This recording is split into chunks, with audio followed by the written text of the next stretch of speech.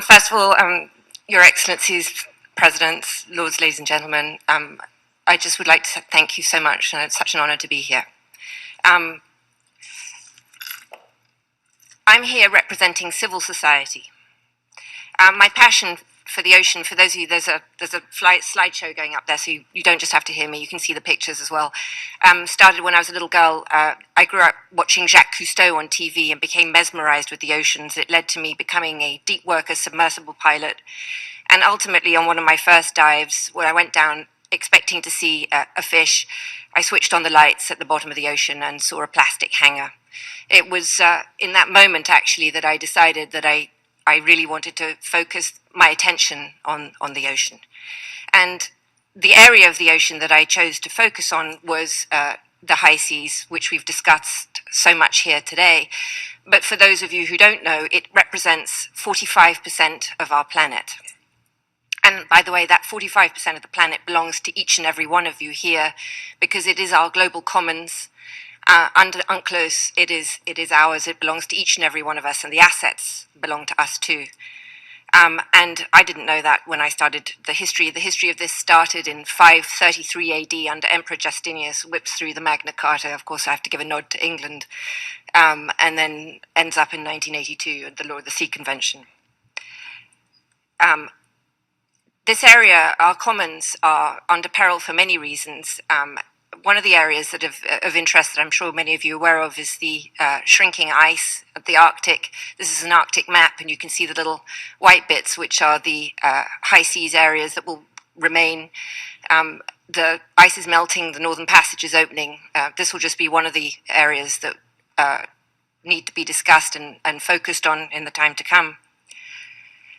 What's the point of why should we really care about the ocean? So 90 million tons of fish caught a year, and about a third of the fish harvested are used to feed livestock.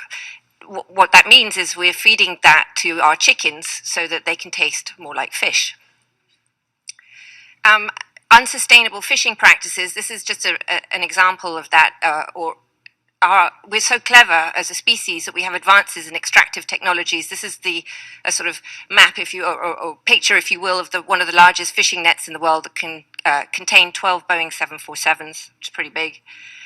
The World Bank quotes, poor ocean management leads to approximately $50 billion in lost revenue annually. This is the actual tuna that was sold last year for $1.7 million. And I want to come to Palau, actually. As Karen said, 100 million sharks are taken out of the ocean, have their fins cut off, and for fin soup, thrown back alive into the ocean to die. And Palau, very brilliantly, closed their waters to shark finning and ultimately shark finning soup, and turned what was worth about $200 per fin into something worth $1.9 million over their lifetime, as the president said so rightly, through tourism. I raise this again because it's absolutely vital that the combination between the use of our oceans, not only for the various reasons that both David Miliband said and Karen and others, for the oxygen and the food, but also there has to be a link between industry and the people and the use of our planet, so that all these things combine together to make a sustainable ocean, because without money at the bottom and without it's not going to work. So I started the Terramar project, and the point of the Terramar project is to connect each and every one of us to our global oceans, to the high seas, because it does belong to you. We give you a passport, a daily online newspaper, an education platform, a government structure, and a way to connect to your oceans as you never have been able to before. Fish do not vote, but we do.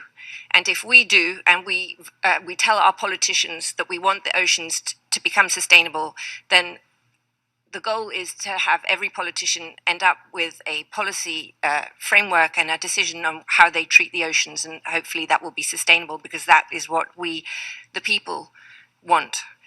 A sustainable development goal at the UN is, I think, a fantastic thing. The United Nations is absolutely the right place to lead this. They are the only place that has this global reach.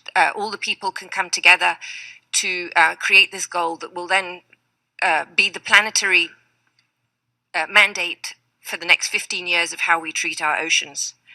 So I really want the people, each and every one of us, 7 billion of us on the planet, to come together, to sign up, to get your passport, to make your voice heard so that the UN and each ambassador can hear what's what we want, and all politicians know that no sustainable ocean means we won't vote them back into power. If we won't vote them back into the power, then they're out. We'll find someone who will to support the oceans. Thank you.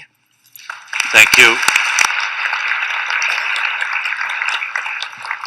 Ghislaine, thank you. So if we want to become part of your ocean community, we just go to Terramar Project? Oh, the terramarproject.org. I invite you all to come. I invite you all to sign. It's a pledge. There's no taxes, by the way. It's all free. And all you're signing is you love the ocean, that you will spread your love of the ocean because we're a digital platform, and that you want the ocean to be sustainably managed. And that is the message that we, the people, the owners of the ocean, the owners of our planet, one species, one home, one common destiny, that's the message we're bringing here. Thank you. Thank you. Thank you.